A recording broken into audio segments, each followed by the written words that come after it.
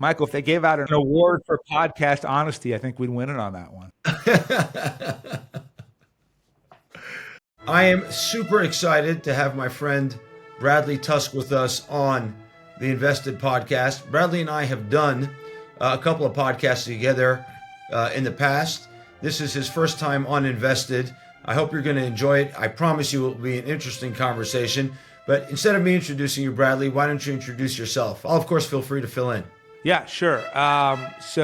Started my career in politics. I was Mike Bloomberg's campaign manager when he ran for mayor of New York. I worked for him at City Hall, spent 4 years as the deputy governor of the state of Illinois, ran the state's budget, operations, legislation, policy, communications.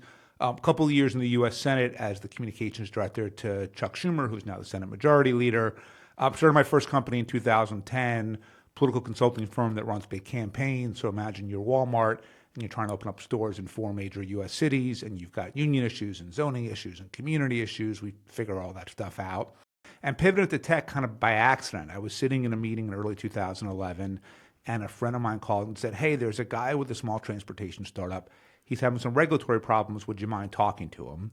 I become Uber's first political advisor that day. I get really lucky when Travis calls back and says, listen, I can't afford your fee. Would you take equity? I had no idea what equity meant, but thank God I said yes. That was back during the Series A. And then spent the better part of the next few years running campaigns all over the U.S. to legalize ride sharing and Uber. That worked. Repeated the process with Clear, took some equity to help get them into airports.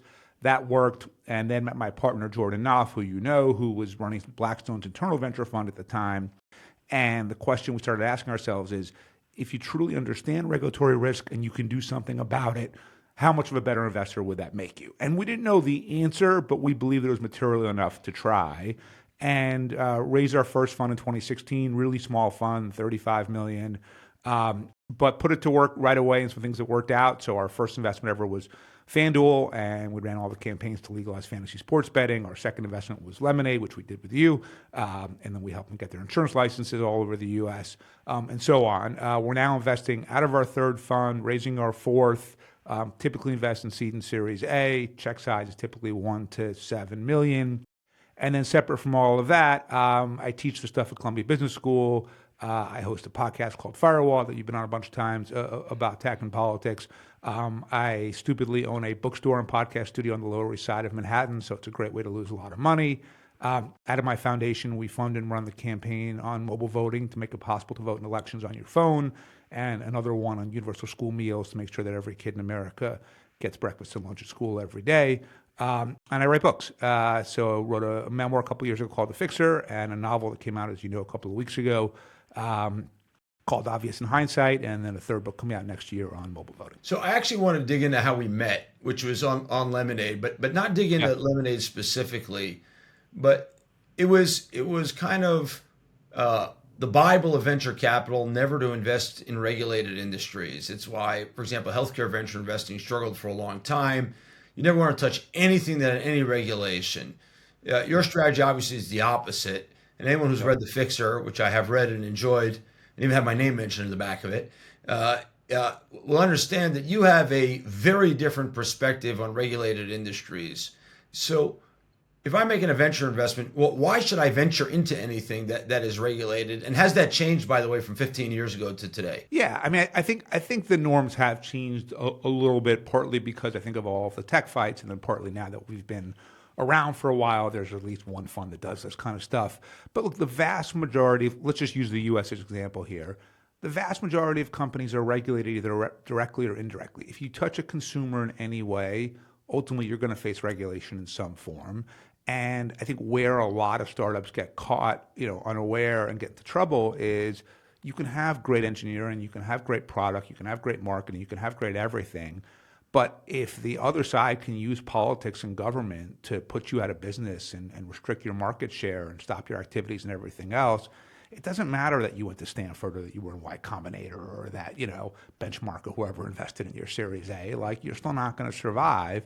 And you've got to be able to sort of deal with this. And then the other side would be all of these new industries like whether it's crypto or AI or autonomous vehicles, where there may not be someone that you're disrupting like we did with taxi for Uber or insurance for Lemonade or casinos for FanDuel, but there's no regulatory framework at all, which is actually a problem, right? I know everyone thinks that they would love to live in a totally, utopian world of no regulation and all libertarian. But the reality is for any industry to function, there have to be some set of rules that people comply with, or because otherwise it's the complete Wild West all the time. And so I think that tech companies have started to realize that, look, if we're not prepared, if we're disrupting someone and we're not prepared to deal with it, we can face real problems. And if we're entering a white space and we're not at the table to form the regulations, they're still going to get formed. We're just not going to like them. And so the whole point of our fund is that we're effectively the political consultants that do that for you, whether it's fighting off the entrenched interests if you're disrupting someone, or building the new regulatory framework if you're in a new sector. And we're lucky, I guess, in a way that we're the only venture fund that I know that does this, and so we've got a monopoly in our little niche. But I think that if nothing else, overall, I hear less founders telling me when they pitch me that some stupid regulator can do whatever they want once they realize how brilliant said founder is. So perceptions are changing a little. Yeah, but maybe it's like a stupid idea to begin with to invest in or start a company in a regulated industry. Like healthcare, energy, education, gaming, transportation. I mean, unless you're doing like pure enterprise SaaS products, it basically is going to be regulated one way or another. And there's just, if you said I'm going to avoid all regulated industries, you're basically limiting yourself to a tiny swath of the economy. One reason why I think our fund has worked out pretty well is there's tons of deal flow because the vast majority of businesses, one way or another, get touched by regulation, get touched by politics, get touched by government. And so, yeah, if you said I only want to limit my investment thesis to 10% of the economy and ignore the other 90%, there are people who do that, and there are some really successful pure enterprise software funds. But overall, both in terms of opportunity and also interest, right? Because part of it we do to make money, but part of it also is to build companies that have, succeed going forward and have an impact on the world and on society and consumers.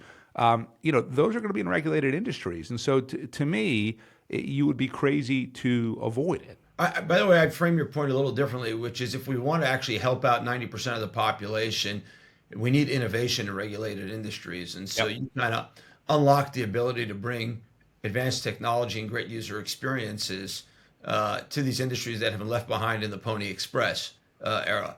And so I think it's super important. Lemonade is a case in point.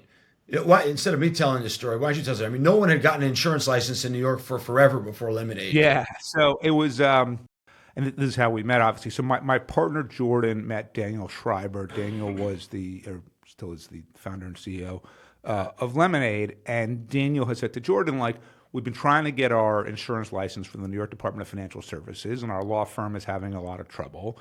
And then Jordan, I think, came back to the office and we talked about it. I said, that's because they're going about this all wrong. This is a political process.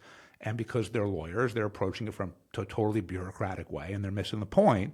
And so my thesis was DFS will grant the license if Andrew Cuomo, who at the time was the governor of New York, tells them to grant the license. And if he doesn't, they're not going to, because your average mid-level regulator inside the agency didn't like Lemonade for two reasons. One, it's a whole new model that they had to wrap their heads around. It meant more work, more time, more effort. Generally, they don't like that. And the second thing is, there's a thing called regulatory capture, where it's like Stockholm syndrome for regulated industries, where the regulators become friends with the people they're regulating, and they start looking out for the interests of those that they're regulating ahead of the interests of the consumers and constituents of the jurisdiction that they work for. And so, one, they were trying to protect the incumbents from new competition like Lemonade, and two, they didn't want to have to sort of deal with a whole new model.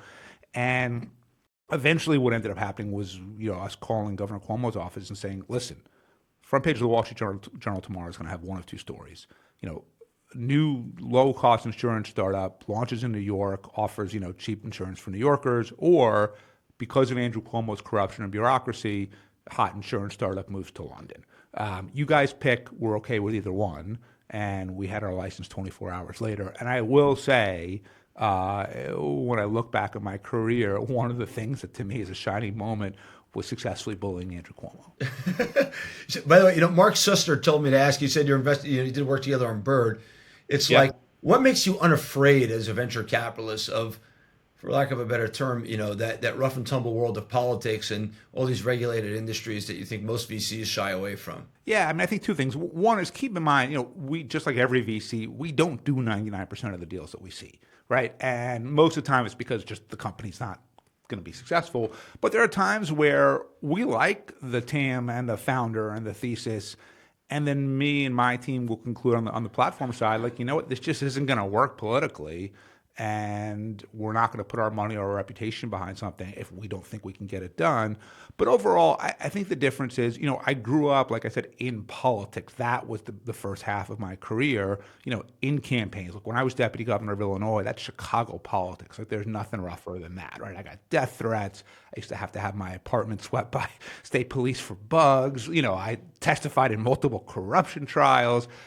So once you deal with all Not that your own shit, corruption. Let's just be clear for everyone. Not your own not corruption. mine. I was a witness, thank God. But nonetheless, so I think you just sort of get used to it. And one reason why I think we have this monopoly in our space is, in theory, any venture fund could say, okay, I'm going to hire 5 people like Bradley and build my own, platform on dealing with regulation. But the problem is this, and Andreessen tried this, and they had really talented people working on it. But ultimately, the person making the investment has to truly understand the regulatory situation and be comfortable taking the risk and taking on the fight. If it's just another data point from some other outside person that they're telling you, then just like I have people giving me data points, like, yes, I factor them in, I take them into account. Sometimes I might take them very seriously, but that's not the DNA of how you're investing. For me, the DNA of how I'm investing in every single situation is, can we change the regulatory structure here to allow this company to succeed? And so I think to do what I do well, you probably have to come out of politics and then pivot into venture to do it. And look, I just got very lucky that because of Uber, I both had sort of the credential and just the financial freedom to go ahead and start this thing. When you read The Fixer, you come away with the feeling that every one of these fights is like a bloody battle. With incredibly entrenched interests, and where the campaign and the strategy is not obvious. It's certainly not cookie cutter, to say the least. Right. So how do you decide which of these work for you or you think are going to work versus the one that... Yeah. I mean, politics is very much an art and not a science. But like, I think the Uber New York City fight is a good example of this, where Bill de Blasio at the time was mayor. De Blasio was super left-wing, fancied himself a socialist, hated business, hated tech, refused to do like go on the High Line or anything that he thought in any way was sort of, capitalistic. But he was very corrupt too. And one of his biggest donors was the taxi industry, and they wanted to stop competition from Uber.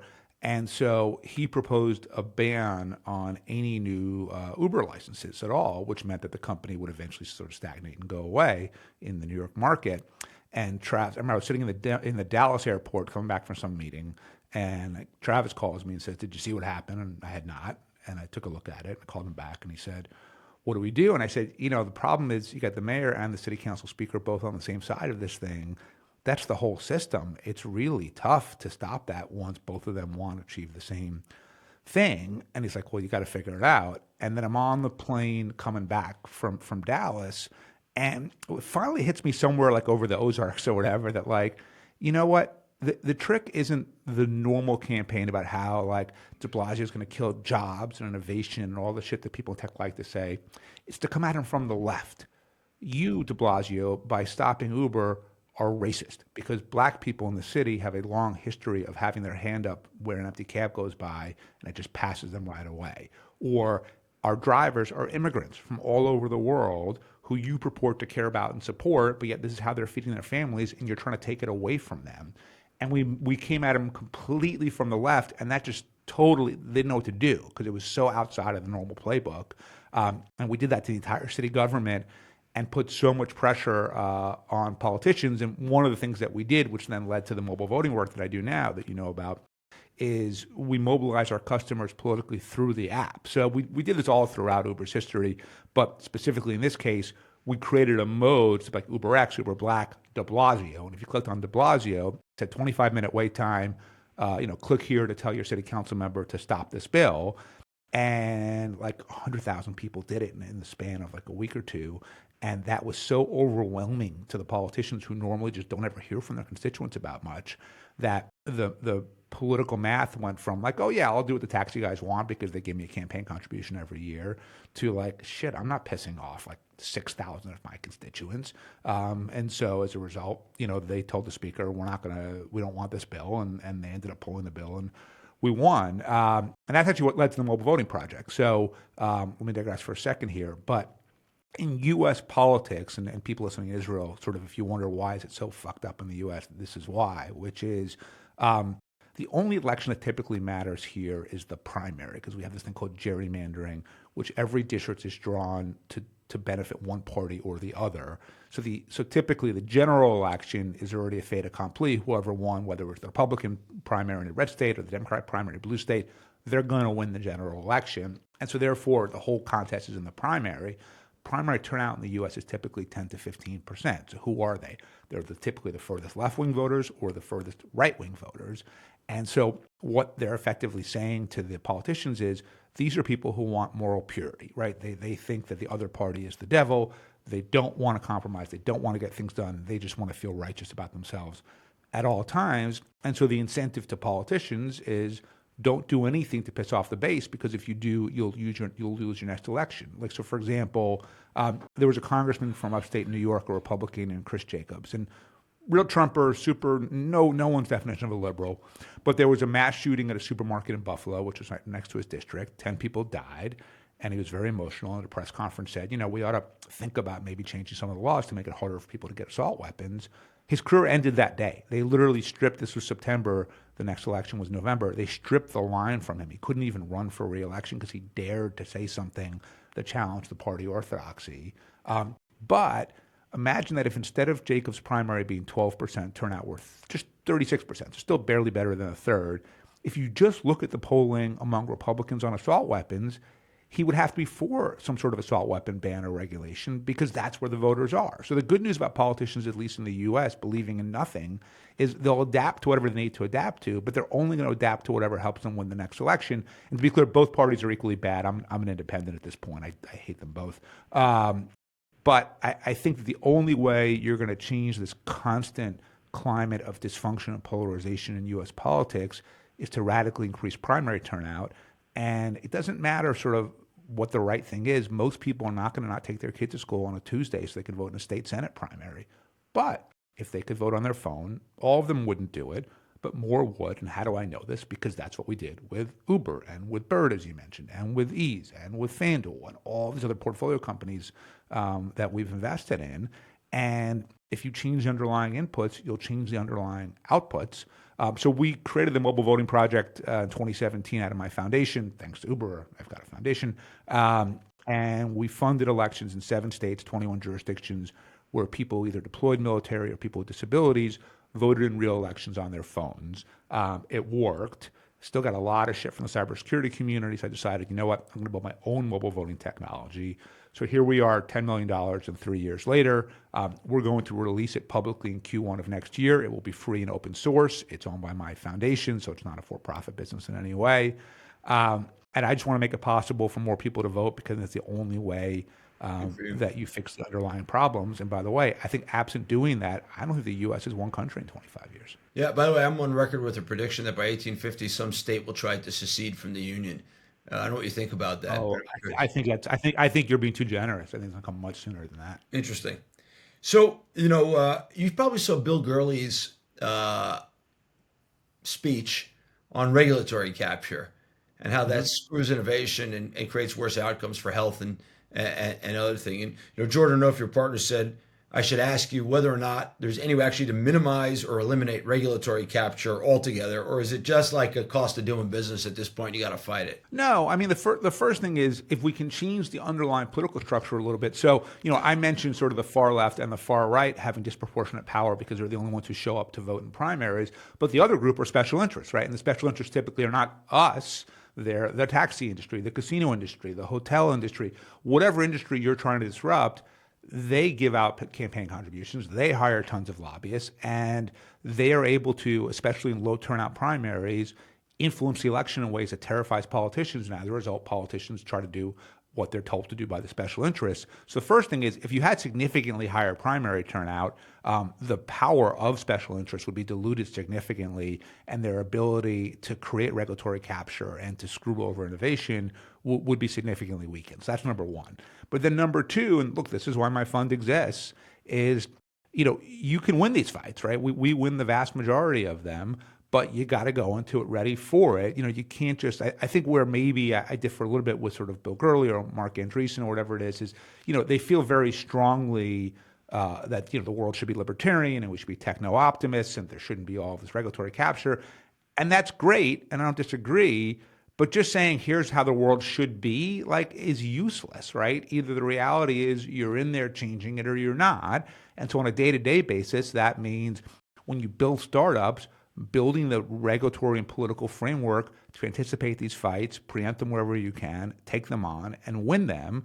And then in the big picture, trying to change the underlying system itself through things like mobile voting that can reduce and dilute the power of special interests to screw you over in the first place. People underestimate, by the way, I think how much of this is a ground war. It's not just kind of, you get some article in the Wall Street Journal, the New York Times, and make some statements. There's a ground war to win all these regulatory battles. And on that front, I want to ask you one last question before I switch topics, which is, if you were going to start a company today in a regulated industry, what would it be and what would you target? Yeah, it's interesting. So, one thing I think that we're thinking about a little bit, and I'm going to pull out a chart here, is, we've been thinking like every venture fund is sort of how do we approach and think about AI? And to us, there are sort of dozens of examples of AI companies that are going to end up being highly regulated. So I'll just read you from my list.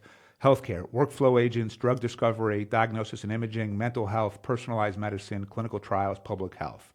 Fintech, fraud detection, insurance, HFT, debt collection and management, personal finance, operations technology, and then we've got multiple other categories as well.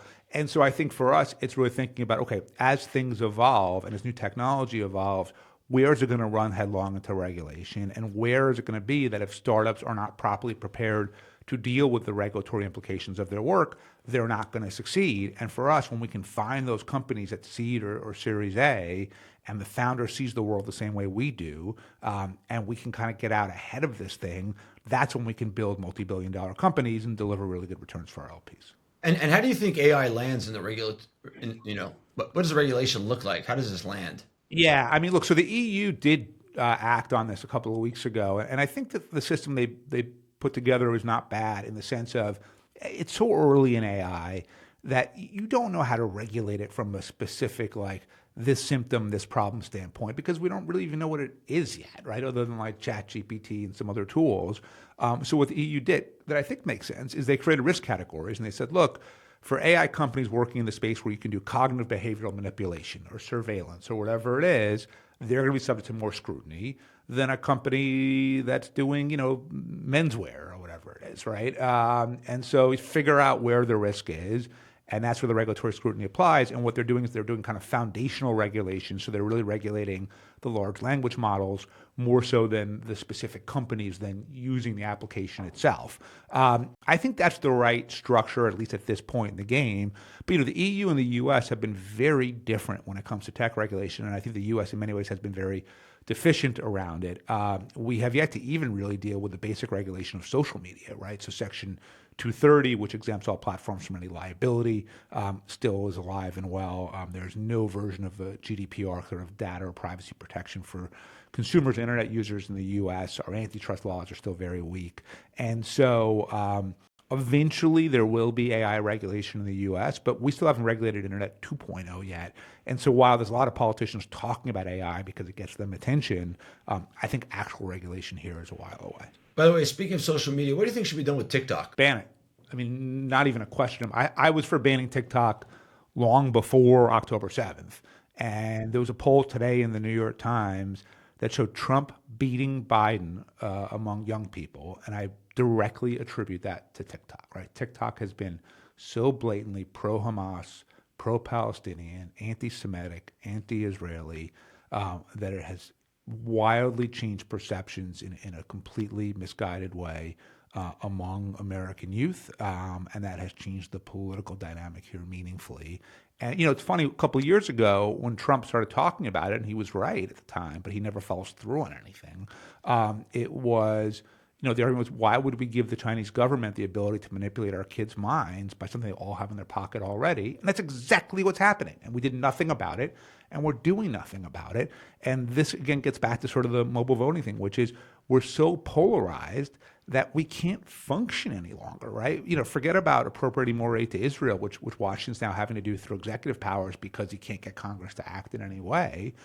Even stuff that's happening here domestically that's destroying our own kids' minds, and whether that's how social media has driven teen suicide up by 200%, or the influence of TikTok right now, we can't do anything about it because we're too divided. And I think that either one, we come back together, and that happens through technology and through mobile voting, or two, your point, I just think that it's much sooner than 2050. States start seceding, right? And there could be a world where you say, you know what? We can't get anything done in the U.S. The current system is completely broken. A national divorce makes sense. Let's have something more like the EU. That may be the way to go. So, since you mentioned kind of October 7th, and you're a professor at Columbia, how are you kind of experiencing the current climate of anti-Semitism on the campus? Yeah, it's interesting. So I teach at the business school. In fact, you've taught my class before. And we're actually on a different campus. So, you're from the Upper West Side. So have you been to the new campus at Columbia? I don't think I have, no. So it's up by like 130th and the West Side Highway. So it's not on the main campus at 116. It's life sciences and it's business. So I think the underlying students and philosophy is a little different. So on my campus, I haven't seen anything at all. And keep in mind, business school students are generally going to be older, probably a little more mature, a little wiser, and a little less sort of taken in by TikTok or whatever else it is. But look, overall, Columbia or Penn, where I went, or Harvard or MIT or all of these schools, I think it's handled this atrociously, right? And let me make maybe a slightly different argument than what you've been hearing or making on this, which is there blatant anti-Semitism across the U.S., across the world? Absolutely. Has woke culture, especially on campus, gone amok? Absolutely. But I would argue if you just take those three university presidents who embarrassed themselves in front of Congress, they're less the progenitors of the culture and more the product of it. 100%. In that I think that we have for so long now created this ivory tower, and this is true in academia, but it's also true like in certain professions that are totally kind of enclosed, like law firms or whatever. I saw this when I was in law school, where there's just an absence of common sense. There's an absence of street smarts. Like we put so much emphasis on sort of academic pedigree and status around sort of test scores and things that ultimately don't really matter at all. And we fail to teach people the basic life skills you need on how to succeed. In fact, at Columbia, I'm trying to get them to let me teach a new class called How to Sell Ideas, because what I've noticed is my students don't really know either how to sell or when to sell. And I think you would agree, like the biggest determinant of nonlinear success in business is the ability to generate revenue. Like that's the number one thing by a lot, right? More than anything else by far. And so I think that our schools from K through 12 and then all the way up through our universities have gotten so off track in terms of teaching kids what they need to learn that these three presidents weren't even so much people who were like trying to sort of move everything to the far left. They didn't know the difference. They didn't know better. They didn't have the basic common sense to say the word yes, when Elise Stefanik is saying, is genocide okay? Or will you condemn that? And I think that the atmosphere on campuses across the country has become a real problem. And yes, we should be doing a lot to crack down on anti-Semitism on campus and everywhere else. And that's actually would start with banning TikTok. But I think even more than that, the entire U.S. educational system has gone so awry that one, as a country, we keep falling further and further behind other countries from an economic standpoint. And two, as a society, we have people that really just don't know the basics about how to live and how to be human beings. Is it salvageable, really? I mean, you've got, the institutional rot is pretty deep, and there is this kind of giant anti-colonialist narrative, which New York Times signed up for with the famous 1619 project. And, the anti-Semitism, I think, is almost a function of two things, right? One is this anti-colonialism narrative, which paints Israel in some colonialist way. But even separate to that, DEI and kind of the institutional rot has made being excellent or able to sell yourself or be successful a bad word, and favors the oppressed no matter what happened, or the downtrodden.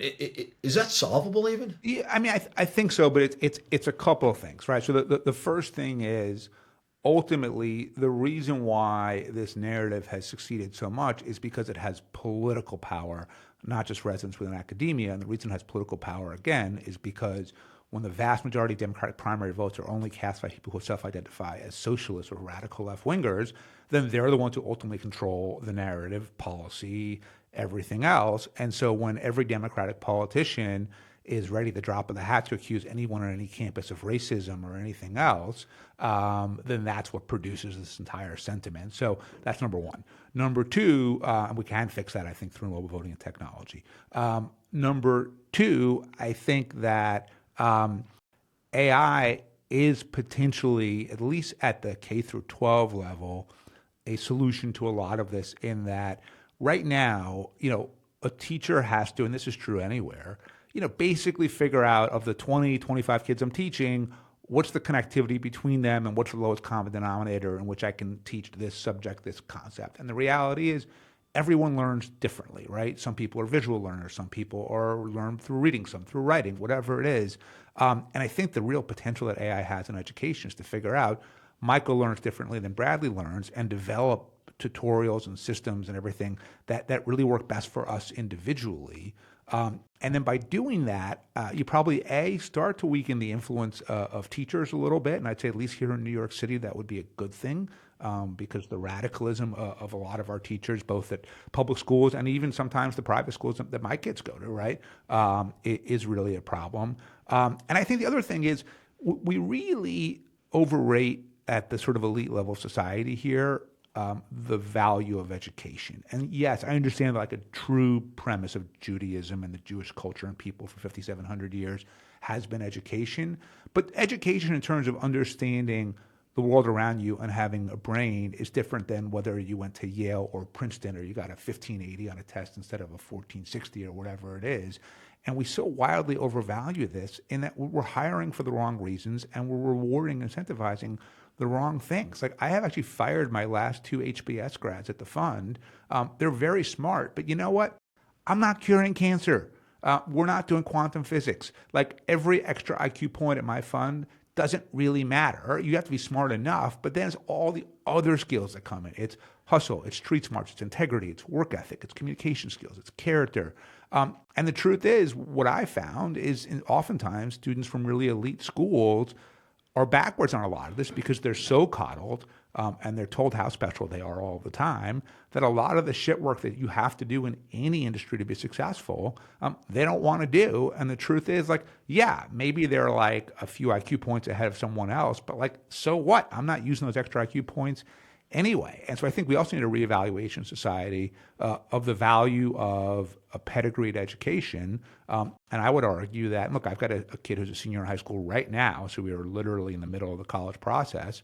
But I really think whether she goes to a state school somewhere or to a more prestigious liberal arts school, whatever else, it really doesn't make a difference. And so what are you doing differently, though? Your father, your kids are in private schools in New York. Like, what are you doing differently when you kind of look around and see all this? Yeah, I mean, a few things. So one is my hiring, and this is true at my fund, but this is true at my consulting firm, bookstore, all the different businesses and entities that I run. We don't look at where you went to college. So yeah, what are you doing about your kids? Talking to them a lot. I have to say, because they go to a liberal private school in Manhattan. That first conversation we had after they'd been back in school for a few days was I was terrified going into it. Like, oh my God, what are they going to hear? What were they going to tell me? And they were actually great. Now look, my son was bar mitzvah only 2 years ago. My daughter 4 years ago. So they're not that far off of this yet either. But I was really happy to see that they weren't just parroting the party line. My kids tell me they don't use TikTok. At the end of the day, they're 17 and 14. I really can't control what they download or not on their phones, right? They can delete it, hand me the phone, and then reload it again as soon as I hand it back. So, but it seems to be the case. But it's really being aware of it. One thing that I did with my son up until now, he's in high school and he kind of got too cool for this, but we read the New York Post together every day for 5 or 6 years. Every morning, Post is, Post has its flaws, but lack of support for Israel is not one of them. And so I think he internalized a lot of that. So that's number Did you read one. it from the back to the front or the front to back? Because as a kid, I always read it from the back to the front. Yeah. Well, it depends. If the Mets were on the rare times where they were winning, we'd go back to front. But the teams that you root for, you're a front runner. You just root for all the winners. I root for teams that require real character and sacrifice, like the Mets or the Knicks. You're a Knicks fan too. And so as a result, typically speaking, the teams that I root for are playing poorly. So yeah, if the Mets are playing well, we'll go back to front, but usually otherwise we'll go front to back. But I think it's generally just trying to make sure that my kids are really aware of what's happening in the world. And by the way, they should hear different points of view. They don't only have to listen to the point of view that I agree with. I want them to be able to hear lots of different points of view and think through it intelligently and reach conclusions that make sense to them as individuals, not what they think they're supposed to say to their friends or their school or on social media or anything else. And so a lot of it is just talking to them about it and trying to expose them to the broader world. And also, look, I mean, I spend a vast majority of my time and money, or vast majority of my money and some of my time, investing in the things that I really care about, whether it's mobile voting or universal school meals, or even things like running a super money losing bookstore on the Lower East Side because I care about books. And I care about Why are the you running that bookstore? Purely because it's fun. It is a terrible business. But just for the listeners, I think listeners here will appreciate it. So it's called P&T Knitwear. It is a bookstore, podcast studio, event space, and cafe on Orchard Street in Manhattan. So for those of you who can think of like Katz's Deli, we're right around the corner from that. And the reason it has this funny name is when my family came here from the DP camps in the early 1950s, the one job that an uneducated Jew could get was in the schmata business. And my grandfather and a guy that he knew from the refugee camps came over around the same time, and they opened up a 300 square foot sweater store on Allen Street called P&T Knitwear. And my dad told me they had like literally empty boxes on the shelves to look like they had inventory.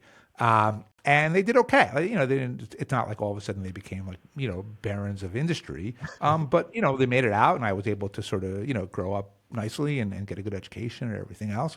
And when I signed the lease for this place, I texted my dad and said, "Hey, where was that original store? Because I knew it was around here somewhere, but I didn't know the exact address." And he told me. I was like, "Holy shit, that's the next block over.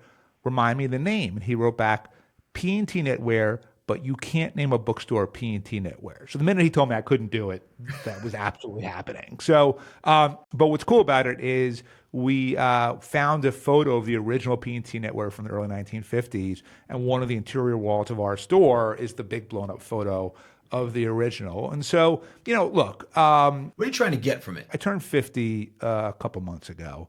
And I wrote this essay about turning 50 that sort of caused me to do a lot of thinking, a lot of reflection. I've spent a lot of time the last few years really studying happiness science. And what I've learned is happiness basically comes from two things: relationships and fulfillment.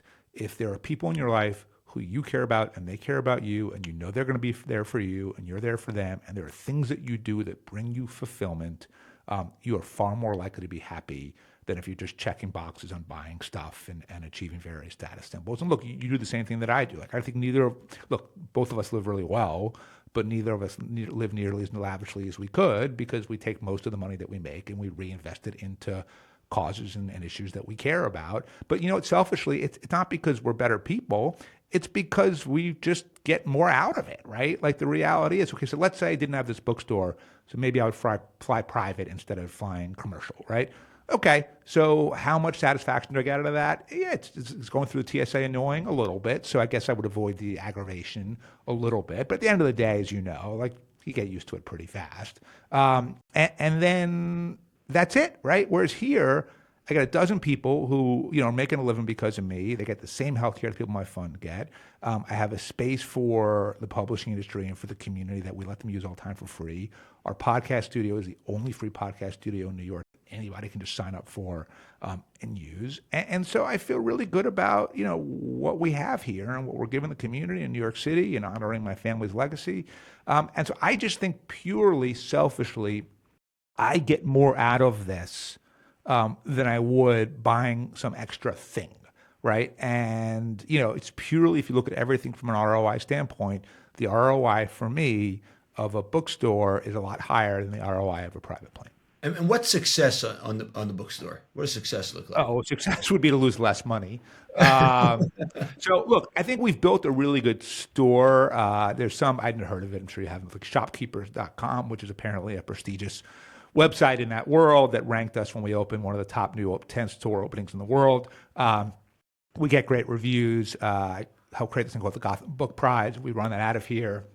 People really like that. So, in terms of a place that people come to and enjoy and come to events almost every night and everything else, I think we've achieved that. I would like to lose a little less money. I knew I was going to lose money. So we're still working on that part, and we'll see if we ever get there. But, I think success would be what we have now combined with slightly less losses. I want to ask you a question. You said that the primaries, lead to this very polarizing effect. And so I want to ask you kind of a two-part question on that, which is the primaries a good system? That's the first part of the question. Yeah.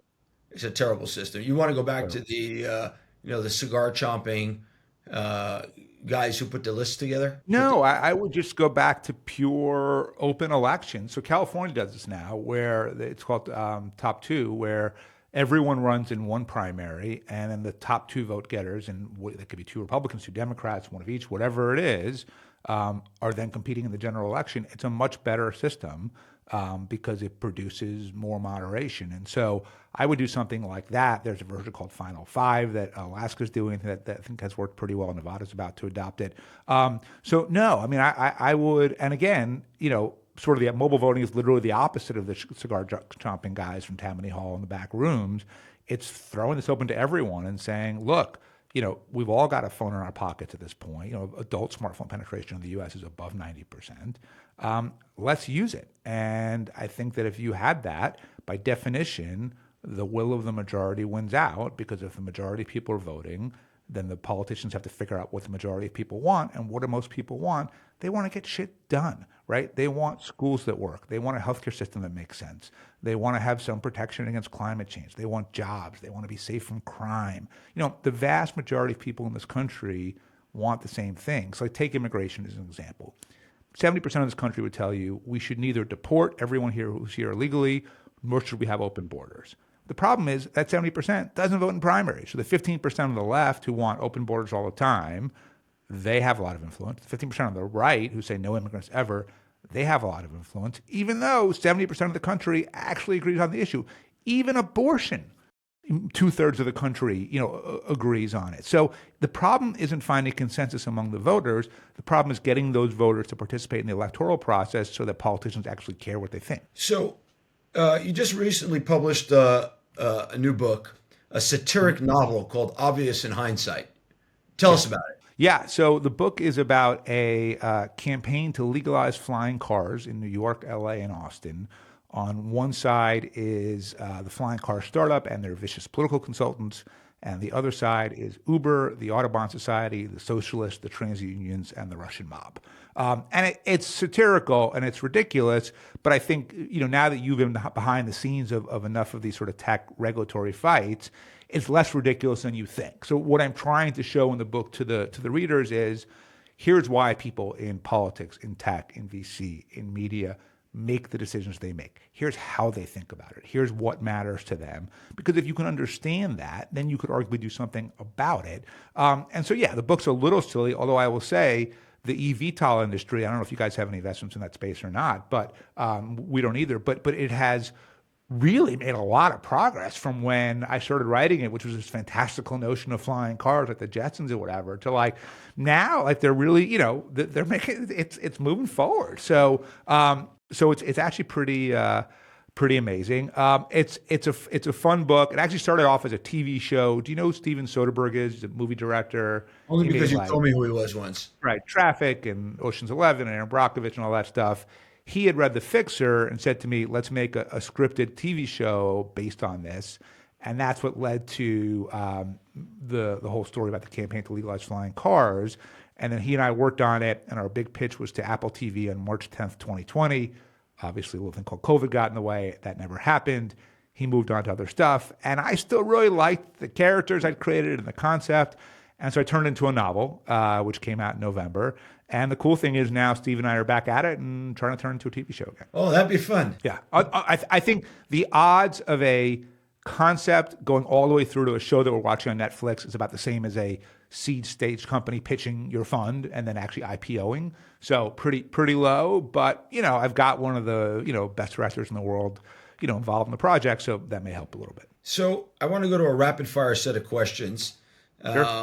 And I want to start with what you said about TikTok before. And one of the questions I've been asking myself, I'd like to ask you is, if there was a war that the United States was involved in today, and there were draft notices issued, like my grandfather, got in 1941, do you think people would turn up? I think people would, but I think there would be a lot of pressure online to not do so, and there'd be a lot of resistance and a lot of violence around it. And here's the thing, a draft is neither inherently moral nor immoral, right? A draft for World War II, like your grandfather, was necessary to literally save the world, right? The world would have been an exponentially worse place had the U.S. not gotten involved in World War II. Vietnam, you could argue, was a really stupid war, and therefore the draft was immoral.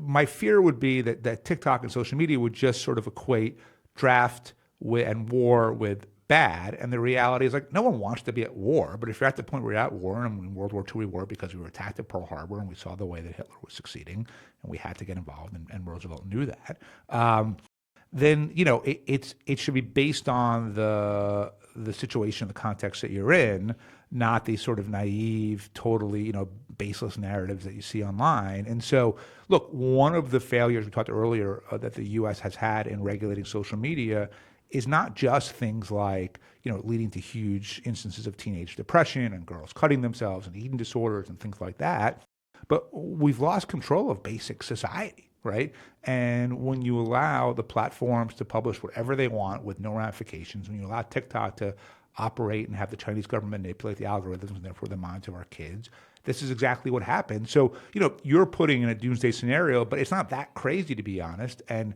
given that we have failed so fundamentally to regulate social media, we have that risk. When you see Gen Z protesters, which I've started calling Generation Hamas protesters in New York, tearing down American flags and putting up other flags or defacing U.S. historical monuments, what do you feel about that as a New Yorker? I'll give.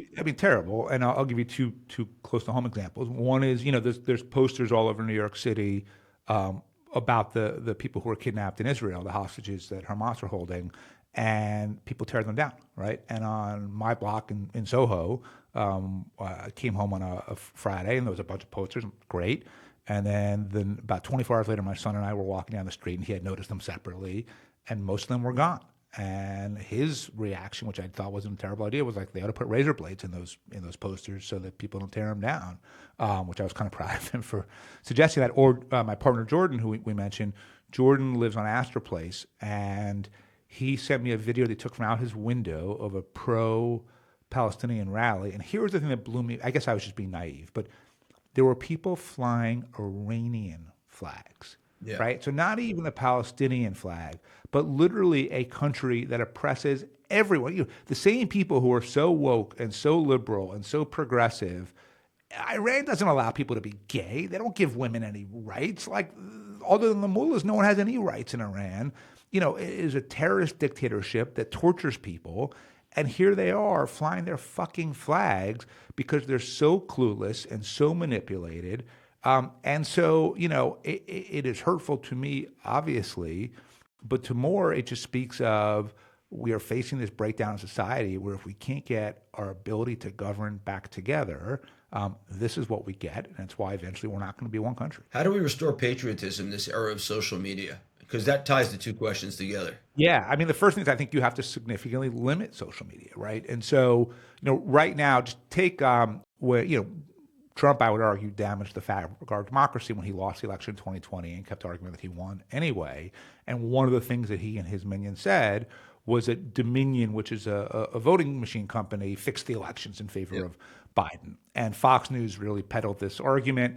And because of basic rules that we have, Dominion successfully sued Fox and recovered $800 million.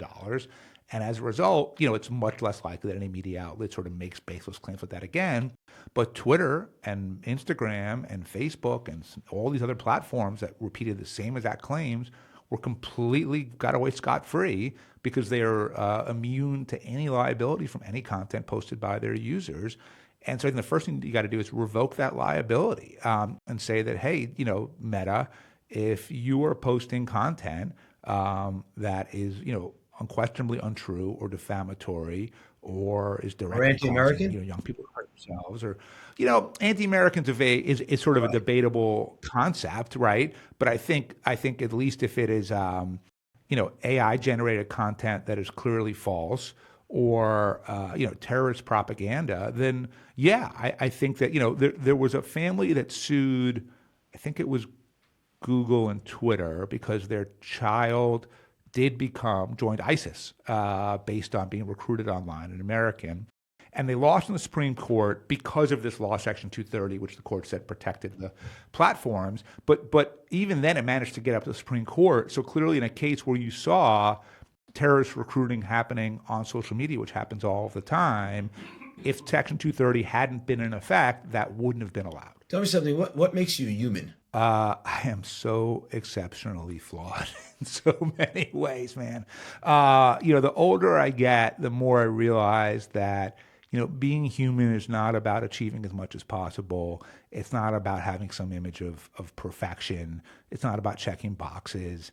It's about trying to find peace and contentment with who you are, right? And part of that means acknowledging and accepting that there are all kinds of things wrong with every single one of us, right? Human beings are incredibly complicated creatures that are still evolving, right? We're still relatively early in the span of humanity compared to other species in lifespan on this planet or even other planets. And so, we're flawed in so many fundamental ways. And I think for me, a really radical moment that came this couple of years ago was sort of just accepting that, right? I made a list one day of all my good qualities, all my bad qualities. And the radical thing that I did for me was that I looked at the bad qualities list, and I said, okay, I'm not going to worry about how to mitigate these. I'm not going to hate myself for these things. You know what? They're all fine because they're human. And none of these are hurting other people. And I'm hurting myself vastly more for hating myself for being insecure or needing affirmation or validation or conflict or whatever it is than the actual thing itself.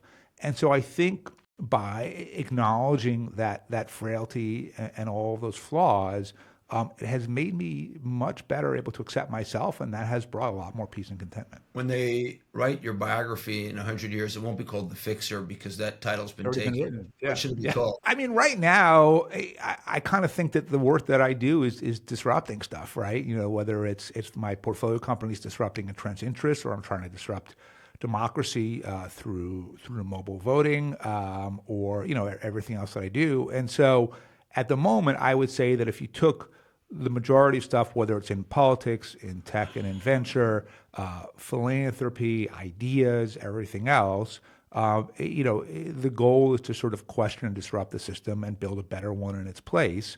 And so maybe The Disruptor would be a good title.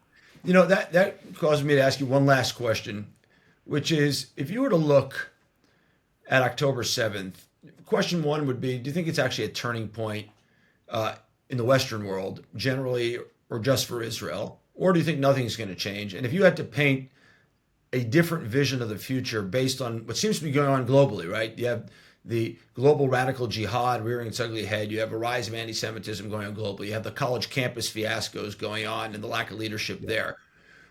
What would be, if you think that there's a big difference, a disruption in the force, so to speak, what would be your vision for the next decade or a better future?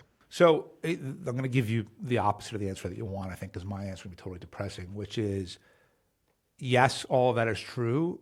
And yes, this has existed for 5,700 years in one form or another. I do believe that anti-Semitism lurks right below the surface all the time, everywhere. In fact, when my family came to this country, I grew up, with the view from my father and my grandfather that, like, Jews have not been able to stay in anyone else's country safely forever, right? It doesn't matter how good things seem, eventually it goes bad.